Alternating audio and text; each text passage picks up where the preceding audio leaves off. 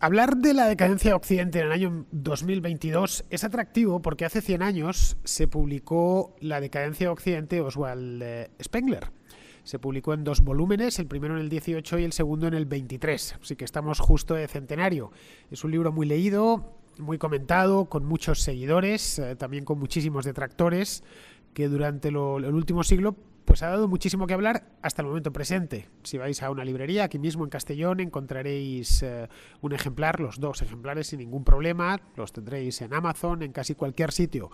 Pocos libros y más de ensayo y más especialmente pesados, como es la decadencia de Occidente y difíciles de leer, se han estado publicando durante 100 años en un montón de idiomas. Se escribió en alemán el original, se tradujo al inglés, al francés, al español, al portugués, en fin, a prácticamente todas las lenguas.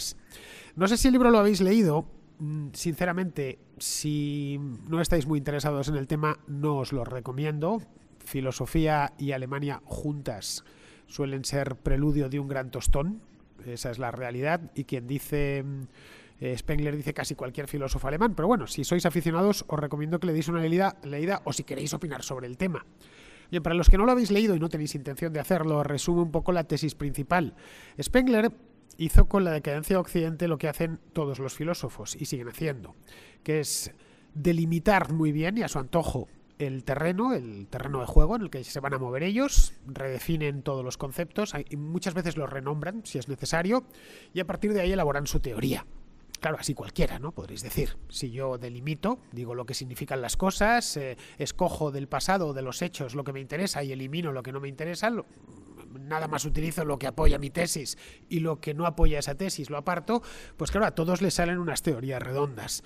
En el caso de la decadencia de Occidente, cuando uno la termina dice, pues sí, claro, por supuesto es perfecto, este hombre tiene razón, pero tiene razón porque te has movido exclusivamente en su territorio, en su terreno de juego, el que ha fijado previamente. Lo hizo Spengler y ya digo, lo hacen prácticamente todos los filósofos. Lo que hizo Spengler en esta obra fue distinguir la historia de la civilización humana, ahí es nada, en 8 civilizaciones, culturas, las llamaba él, Kultur en alemán, que habían habido seguidas, ¿no? Las tengo aquí apuntadas. La primera la llamó Antigua o Apolínea, desconozco lo de Apolínea, ¿por qué? La segunda egipcia, la tercera india, la cuarta babilónica, la quinta china, la sexta mesoamericana, es decir, los aztecas y los mayas los mezcló con una deportividad absoluta, como si fueran exactamente lo mismo, a pesar de que había una diferencia de cientos de años entre ellos. Pero bueno, le daba igual. Su conocimiento del mundo hispanoamericano era nulo, pero eso no le impidió, siendo joven, publicar una obra de teatro llamada Montezuma exactamente, en la que se puso, por supuesto, del lado de Moctezuma, no de Hernán Cortés. Bien, mezcló en esto de la mesoamericana a los mayas, a los aztecas, no metió a los incas porque probablemente no se acordó. Luego estaba la árabe y por último la occidental o fáustica. Él la llamó fáustica porque era un gran aficionado a Goethe, como todos los alemanes de su época, es un hombre nacido a finales del siglo XIX, y la plenitud de la cultura alemana de esa época, y tenían todos a Goethe enaltecido, casi como si fuera el amado dios de las letras. Bien, la última de estas civilizaciones, de estas culturas spenglerianas, la occidental o fáustica, es la que según él había entrado en decadencia en el año 1923, bueno, para el caso en 1918, que es cuando publicó el primero de los volúmenes. Una decadencia que según él enfilaría su recta final a principios de este siglo. Estaríamos ahora mismo ya apagando casi las luces, según Spengler. Él dijo que en torno al año 2000 aparecería un César en Occidente que se encargaría ya de gestionar los últimos días.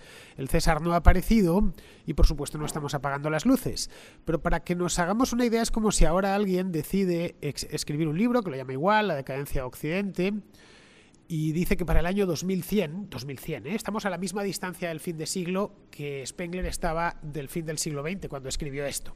Que va a aparecer un César, pensaríamos que está loco. Claro, diríamos, bueno, este hombre está con un gorrito de papel de plata y haciendo predicciones por YouTube que no se van a cumplir. Bien, pues en definitiva es lo que hizo este hombre. Sobre esa base, ese terreno previamente trazado, se puso a hacer predicciones. Algo que, gusta a todo el mundo. Nos encanta hacer predicciones. Una de las mayores angustias del ser humano es que no conocemos el futuro. No conocemos lo que va a pasar dentro de 10 minutos como para conocer lo que va a pasar dentro de 100 años. Pero nos gusta hacer predicciones. Va a pasar esto, va a pasar lo otro. Va a suceder tal cosa, va a suceder tal otra y hay que estar preparado. Hay gente incluso que hace millones de euros haciendo predicciones fallidas, pero da igual. Para cuando se comprueba que es fallida, pues él ya se ha llevado el dinero. Las religiones también trabajan mucho con eso, con la predicción de futuro, especialmente las iglesias protestantes, ¿no? El fin del mundo va a ser tal día, vendrá el arrebatamiento y entonces, ya sabéis, tenéis que hacerme caso con lo que yo os diga. Esto afortunadamente en el catolicismo no pasa porque tiene control de autoridades, pero en ciertas sectas protestantes es bastante común. Seguramente lo habréis leído o visto en alguna ocasión. Bien, pues sobre esta teoría, que de por sí ya no valía nada, dividió la historia de la civilización humana en 8 como podía haberle dividido en 18 o en 46. Era una cuestión de lo que él quisiese hacer. Le puso nombres, algunos muy llamativos, como lo de Fáustica.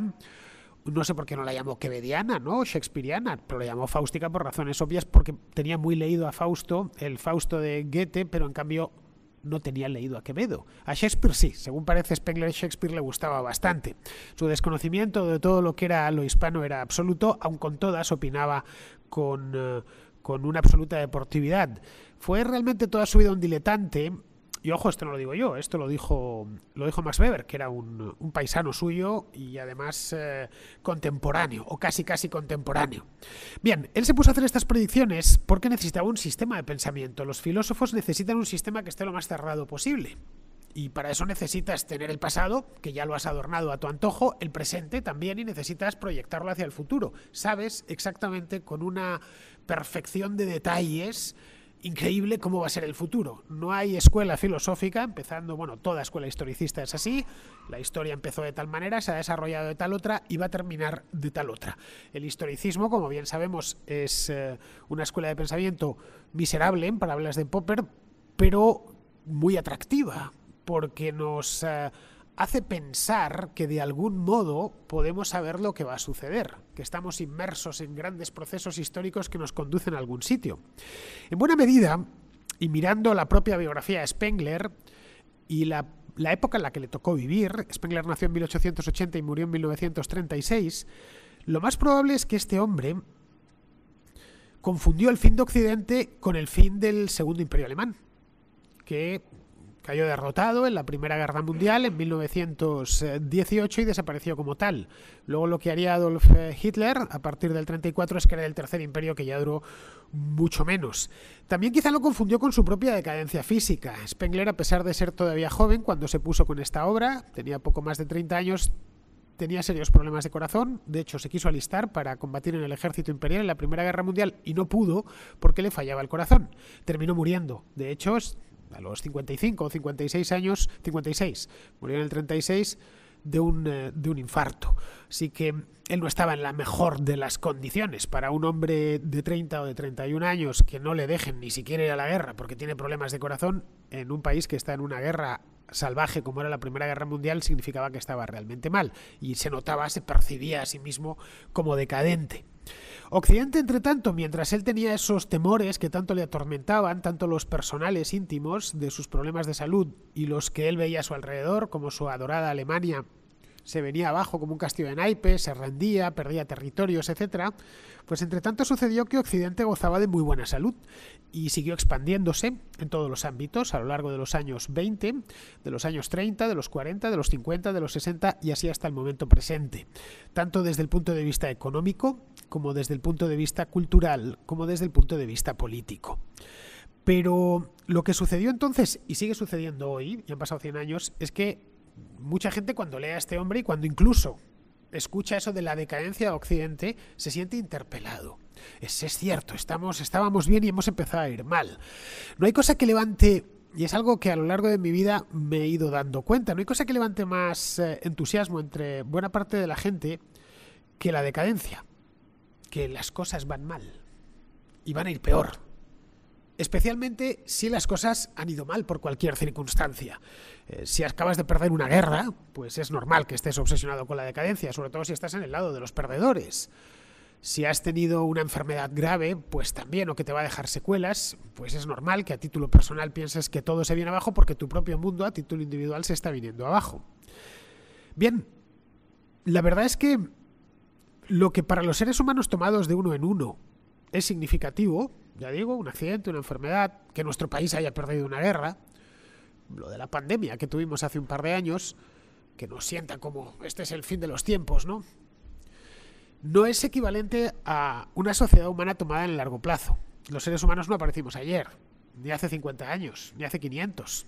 Las sociedades humanas tienen mucho más tiempo sobre el planeta y se han ido naciendo, transformándose, fusionándose entre ellas, convirtiéndose en otra cosa, ¿no? Prestándose continuamente palabras, tecnologías, etcétera. La historia del ser humano es la historia de la emulación, algo que no entendió Spengler porque no sabía historia, simplemente porque se informó de aquella manera autores exclusivamente en alemán de su época y aportó a su teoría lo que él tenía a disposición y lo que cuadraba. Él decía que esas culturas de las que os he hablado se habían desarrollado de manera aislada. Entonces no existe ninguna civilización que se haya desarrollado de manera aislada. Los seres humanos nos estamos copiando continuamente, hasta para las cosas más nimias. Si yo, por ejemplo, no es el caso, fuese aficionado, por ejemplo, al bricolaje y veo que esa lámpara, que es muy bonita, por cierto, que está en este salón, tiene...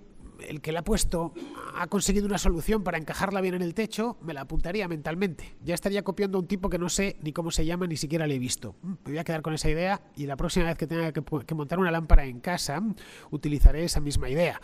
O lo utilizamos mucho cuando comemos por ahí, ¿no? ¿Cómo habrán preparado este pastel?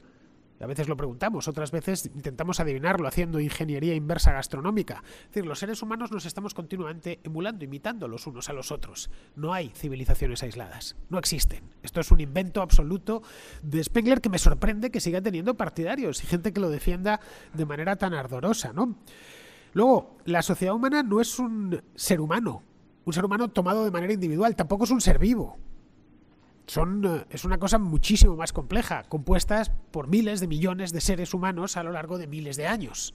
Pensar que una sociedad, la que escojamos de cualquier época, es como Oswald Spengler, que vivió en un periodo de tiempo concreto, 56 años, o como el Segundo Imperio Alemán, que vivió aproximadamente lo mismo, entre 1771 y 1918, medio siglo, pues no exactamente, no es lo mismo. Podemos, claro, si hemos delimitado antes el terreno de juego, podemos pensar que es lo mismo, que es lo que hizo este hombre, en definitiva. Pero eso no significa que sea verdad. En una palabra, y esto yo creo que es lo definitivo, la historia no va en una dirección, ni tiene un sentido. Nuestra vida sí va en una dirección y todos sabemos cuál es. Otra cosa es que no nos la recordamos muy a menudo porque no queremos pensar en ello, pero sabemos cuál es la dirección de nuestra vida. Algunos, especialmente los que son religiosos, también conocen el sentido de su vida. Los que no lo somos estamos ahí un tanto en el limbo y tratamos de buscar el sentido de nuestra vida, pues la estamos buscando toda la vida, pero la mayor parte de la gente religiosa y sabe cuál es el sentido de su vida. Bien, la historia no tiene un sentido, no tenemos ni idea, si es que lo tiene lo desconocemos y tampoco va en una dirección. Spengler, que era un tipo culto y sobreleído, diletante, pero era bastante leído, ignoraba algo tan elemental como esto. Se había dejado llevar por la tradición historicista alemana, por su nacionalismo acendrado, pensando que le debió costar no poder ir a defender a Alemania en la Primera Guerra Mundial por sus problemas de corazón. Él era especialmente nacionalista. Pensó, en cierta medida, que le había tocado vivir una época excepcional en un momento clave para la humanidad. No, ninguno vivimos en una época excepcional. No existen épocas excepcionales. Es más, él empieza a escribir La decadencia de Occidente, le viene la idea en 1911 a raíz de la crisis de Agadir, una crisis menor en Marruecos, entre franceses y alemanes. Menor porque lo comparamos con lo que pasó unos años más tarde, en la Primera Guerra Mundial. Es más, probablemente muchos de vosotros es la primera vez que oís hablar de la crisis de Agadir. Eso es lo que le empuja, él piensa que eso es el fin del mundo. Algo así como si yo hablase de la decadencia de Occidente por la guerra de Ucrania, que dentro de 100 años no diré que esté olvidada, pero será una parte en la historia de Europa. Un epígrafe que se irá haciendo cada vez más pequeño, a no ser que esto evidentemente escale y se convierta en una cosa mayor. Si se acaba dentro de un mes, un epígrafe pequeñito. Pues algo parecido a la guerra de Agadir, pero él lo vivió como si fuera algo fundamental. Pero bueno, ya digo, su hipótesis tuvo mucho éxito, hace 100 años, lo sigue teniendo, y seguimos hablando de la decadencia de Occidente. Y es curioso porque no lo estamos haciendo en Berlín ni en Múnich, que es donde vivió y buena parte de su vida y murió Spengler, sino que lo estamos haciendo tan lejos como en Castellón de la Plana. Es decir, para que veamos cuán lejos en el tiempo y en el espacio llegan las ideas equivocadas, como esta de la decadencia de Occidente. Bien, aquí en este punto deberíamos hacernos dos preguntas que yo considero fundamentales. La primera es, ¿qué es exactamente Occidente? Es una pregunta clave. ¿Qué es Occidente? Todos nos llenamos la palabra, es decir, Occidente para arriba, para abajo, the West, como lo dicen en inglés. En alemán tiene una palabra bien bonita, Abendland, que es la tierra del atardecer, la tierra de poniente. De hecho, en alemán la decadencia de Occidente es der Untergang des Abendlandes, la caída, el derrumbe de la tierra de poniente. Bien, eso es la primera pregunta. La segunda, ¿cuál ha sido el momento dorado de Occidente? Una vez tengamos claro qué es Occidente, aunque sea de una manera general. Bien, en líneas generales, a rasgos generales, más o menos creo que todos tenemos en la cabeza lo que es Occidente. Domingo hace un momento nos lo ha puesto bastante claro, ha centrado bien el balón. Occidente es en esencia, y dicho de manera muy rápida, la aleación entre la civilización clásica con el cristianismo romanizado, no el original, el romanizado, el que pasa por el tamiz de Roma, de la ciudad de Roma. Le aporta el idioma, le aporta toda la mística propia de los antiguos romanos, de nuestros antepasados. Esa aleación se templa y se consolida durante los siglos de la Edad Media, en Occidente, el occidente europeo, alumbrando lo que se conocía en aquel entonces como la cristiandad latina, que era el complemento de la cristiandad oriental, donde estaban los 4 patriarcados orientales, con el de Constantinopla a su cabeza, patriarcados que caen en manos de los musulmanes, uno tras otro, hasta el último en caer, que fue el de Constantinopla en 1453, pero para entonces ya hacía mucho tiempo que habían caído el de Antioquía o el de Alejandría o el propio de Jerusalén. Y se termina convirtiendo pues casi en la cristiandad estándar, por lo menos en la única universal, porque las iglesias orientales terminan convirtiéndose en iglesias autocéfalas, y siguen siéndolo. Lo hemos visto ahora en Rusia, ¿no?, con el patriarca de Moscú, que está a las órdenes de Vladimir Putin, porque Vladimir Putin es su jefe. Claro, no deja de ser un empleado del Estado. En el caso de la cristiandad occidental no sucede lo mismo. El jefe del obispo de Castellón es el metropolitano de Valencia, y el del metropolitano de Valencia, el Papa de Roma. No es el presidente del gobierno de España. Esta diferencia es importante porque Occidente incorpora ya desde sus orígenes un contrapeso en los poderes. El poder espiritual y el temporal están contrapesados, y a lo largo de toda la Edad Media, tanto en Alemania como en Italia, como en distintas partes de Occidente, esos roces entre el Papa y el emperador, entre el poder temporal, que lo representa el emperador o los reyes, y el poder espiritual, que lo representan los obispos y el Papa, es continuo. Bien, como vemos, los límites son difusos, pero más o menos nos hacemos una idea. Esa aleación, ya digo, entre la cultura grecolatina, más latina que greco, pero ambas cosas son importantes, y el cristianismo. La cuna de Occidente es el Mediterráneo occidental, donde estamos. El mar Mediterráneo está a apenas unos pocos kilómetros de aquí. Una área no excesivamente grande, lo que va de aquí al sur de Francia y la costa italiana. No es demasiado. Ese es el origen de Occidente. Ese es el Occidente, digamos, nuclear. Como vemos, de cualquier manera, los límites también en este aspecto serían algo difusos, pero si tuviéramos que ponerle un centro sería sería exactamente donde estamos. Alemania se incorpora a Occidente de forma tardía. Esto es algo que Spengler también desconocía, o no lo desconocía, pero no quiso hablar del tema porque, de nuevo, iba contra su teoría, ¿no? No olvidéis, civilización fáustica, es decir, de un tío que había vivido 100 años antes. La llamó así, hay que tenerlos de mármol para llamar a la civilización occidental con el nombre de su héroe literario favorito. Bien, Escandinavia no digamos, Escandinavia se incorpora mucho más tarde, ¿no? no hablan un derivado del latín, ni los alemanes, ni los escandinavos, ni siquiera los británicos, y además se cristianizaron bastante tarde, en comparación con italianos, con españoles, con portugueses, con franceses. El corazón de Occidente, en definitiva, no es Alemania, mal que le pese a los alemanes actuales, ni el mundo anglosajón, mal que le pese a los anglosajones actuales. El corazón de Occidente es el mundo mediterráneo, ya digo, en el que nos encontramos. Son más occidentales las Islas Baleares que las Islas Británicas. Esto probablemente, si me escucha Niall Ferguson, le dé el paralís, pero es la cruda realidad extraída de los hechos. O las Islas Columbretes, que están aquí enfrente de la costa de Castellón y creo que pertenecen al municipio del propio Castellón, son mucho más occidentales, aunque eso sí están despobladas, creo que por allí solo van los científicos, que las Islas Británicas. Cuando en Estados Unidos o en Alemania en Estados Unidos dicen the West, ¿no? Y se sienten ellos el centro del West, del oeste, o en Alemania el Abendland, olvidan señalar que ellos son su cultura está dentro del oeste, dentro de Occidente, pero son la periferia de Occidente. Están en la, digamos, son la Ucrania de Occidente. Esto les cuesta aceptarlo porque su éxito económico, especialmente en los siglos XIX y XX, pues les llevó a desempeñar un papel importante, pero en los últimos compases de la civilización occidental, ni en los primeros ni en los que vinieron después. Bien, por decir esto, Oswald Spengler, que era muy nacionalista, me hubiese retado a duelo, cosa que yo como madrileño hubiese aceptado gustoso y además le hubiese ganado el duelo. Eso por descontado. Los pensadores de hace un siglo, los pensadores alemanes de hace un siglo, pensaban que los alemanes eran herederos directos de Adán. Luego, claro, pasó lo que pasó. Todos sabemos lo que sucedió cuando al final se inflaman los ánimos étnicos y nacionalistas al nivel que lo llevaron los alemanes de la época.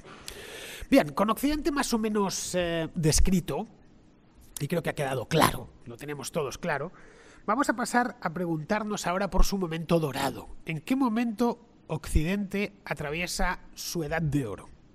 Ojo, esto es una pregunta. Realmente no lo sabemos. La civilización occidental está en curso. No es como la civilización egipcia, que efectivamente fue desapareciendo. No lo hizo de un día para otro, se fue convirtiendo en otra cosa distinta.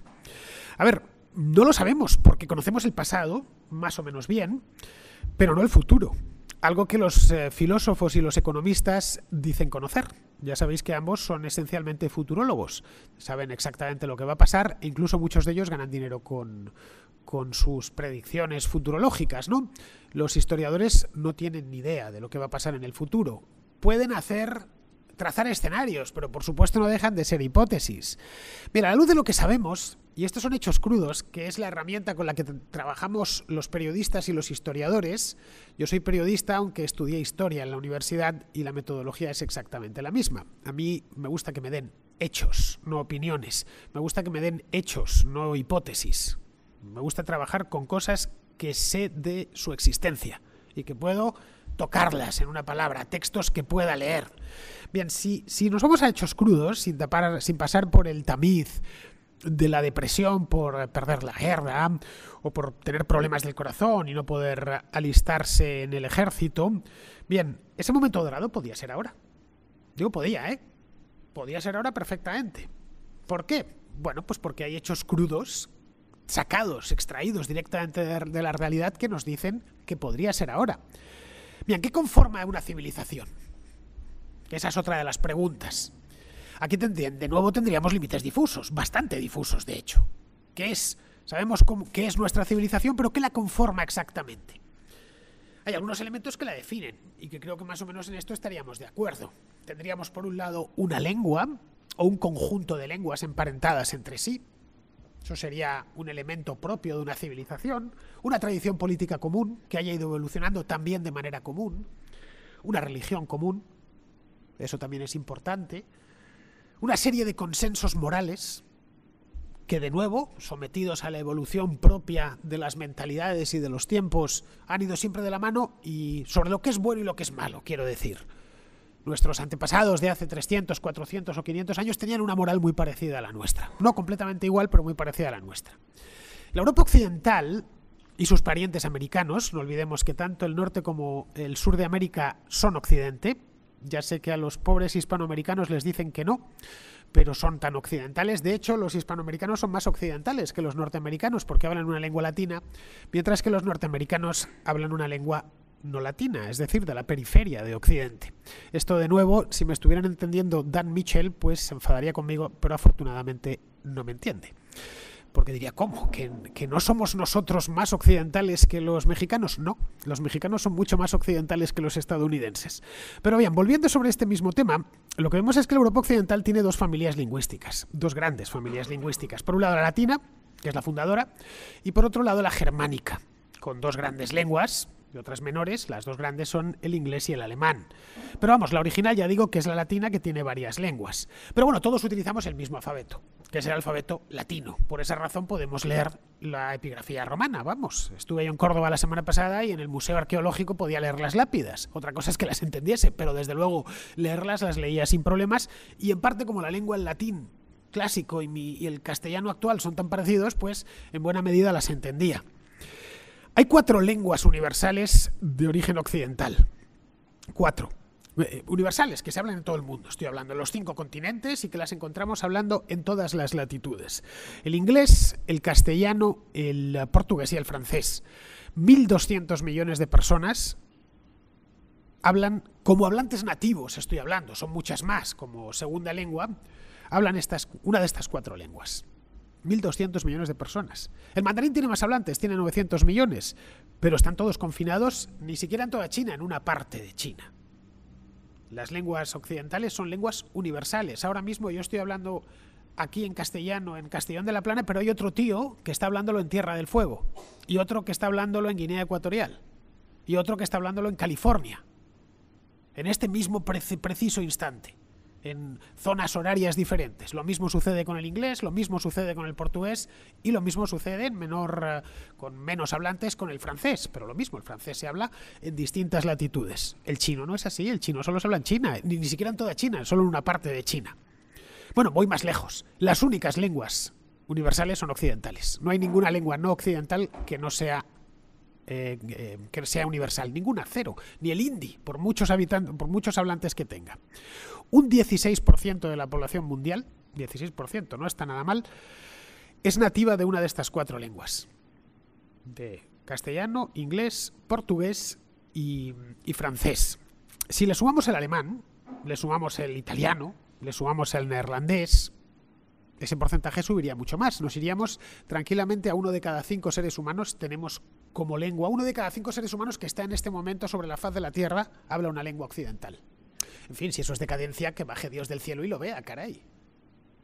No sé, si los chinos se encontrasen en la misma, no creo que se sintiesen muy decadentes. No entiendo bien por qué nos sentimos nosotros ya solo con el tema de las lenguas y la expansión de nuestra lengua y de nuestro alfabeto. Es el alfabeto. De hecho, todos en el mundo necesitan aprender alguna lengua occidental, generalmente el inglés, y aprender también nuestro alfabeto. Lo vemos ahora en Ucrania. Los ucranianos saben leer nuestros textos, nosotros no sabemos leer los suyos. Nos volvemos locos. Y eso que el ucraniano tiene un cirílico que es asequible.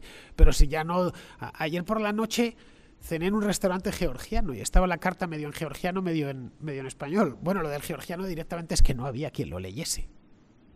Pasa lo mismo con cualquier otro alfabeto, el coreano, el tailandés, que no sea occidental. Ellos necesitan aprender mi alfabeto y el de mis antepasados, pero yo no necesito aprender el suyo. Y por supuesto tampoco necesito aprender el chino simplificado. Eso es poder. Ninguna cultura decadente, ninguna civilización decadente obliga, entre comillas, no estamos obligando a nadie, lleva a que todo el mundo necesite aprender su alfabeto, de la A a la Z. Todos los seres humanos del mundo, si quieren salir de su pueblo, necesitan aprender una de nuestras lenguas, ya digo, generalmente el inglés, y nuestro alfabeto. Si vamos a la organización política, lo que vemos es que el modelo occidental, por lo menos el de los 2 últimos siglos, la democracia parlamentaria, es el que predomina en todo el mundo. Incluso en las dictaduras, como la China, por ejemplo, que tienen que celebrar elecciones. En fin, tienen que crear asambleas legislativas. Vale, son asambleas de aplaudidores, pero no dejan de ser asambleas legislativas. Hasta en Corea del Norte tienen una. Tienen que redactar constituciones.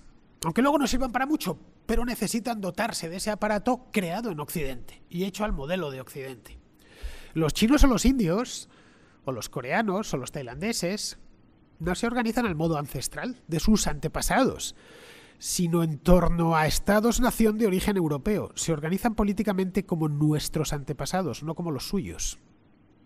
En fin, eso no es de una civilización que está decayendo, como podéis ver. Todo lo contrario. Se trata de una civilización que está en su momento álgido. Y yo voy, de nuevo, estoy yendo a hechos crudos, ¿eh? No lo sé. La India actual, por ejemplo, es un invento de los ingleses, no existió nunca antes. Idem con el Pakistán actual o el Bangladesh actual. Y la China popular se creó sobre las ideas, equivocadas prácticamente todas, de un alemán llamado Karl Marx del siglo XIX. Es que hasta en la estética Occidente lleva la voz cantante. Xi Jinping no viste como los emperadores de la dinastía Qing, sino de traje y corbata. Podría compartir sastre con Mario Draghi o con Olaf Scholz o con Joe Biden. Van vestidos iguales. No le vemos vestido con unos kimonos y unas sedas y al estilo chino. Lo mismo vale con, no lo sé, Kim Jong-un, por ejemplo. Ese no se pone corbata, pero el estilo de ropa que lleva, el corte, es también de tipo occidental. Luego, respecto a la religión, podríais decirme, bueno, ahí no, porque siguen teniendo sus religiones, ¿no? Pero la religión es donde Occidente probablemente haya tenido más suerte, más impacto, incluso más que en las lenguas. El cristianismo tiene 2.500 millones de fieles en todo el mundo, en muchas denominaciones, ¿vale? Podríamos pensar, bueno, estás haciendo trampa, Fernando, porque también está el cristianismo oriental. El cristianismo oriental es minoritario. El ortodoxo, vamos. Si nos vamos a solo el catolicismo romano son 1.200 millones. Lo que hay en todo el mundo. Si sumamos el catolicismo romano y las iglesias protestantes, que tienen unos 800 millones de fieles, tendríamos 2.000 millones de cristianos occidentales, de la antigua cristiandad latina. Eso es el 25% de la población mundial. Repartida por todo el mundo. Hay cristianos en todas partes. Hasta incluso los que no lo son asumen tradiciones propias del cristianismo occidental, como las navidades, aunque solo sea por cuestiones festivas, ¿no? Se casan de blanco. No sé si habéis visto algunas bodas en países asiáticos que se están casando por la religión más insospechada, pero la novia va de blanco, que parece una novia que está casándose en un cortijo de Sevilla. Y el novio también, de frac impecable. En fin, cosas como los derechos humanos, por ejemplo, son netamente occidentales y aunque no los respeten, en muchos casos tienen al menos que decir que sí los respetan.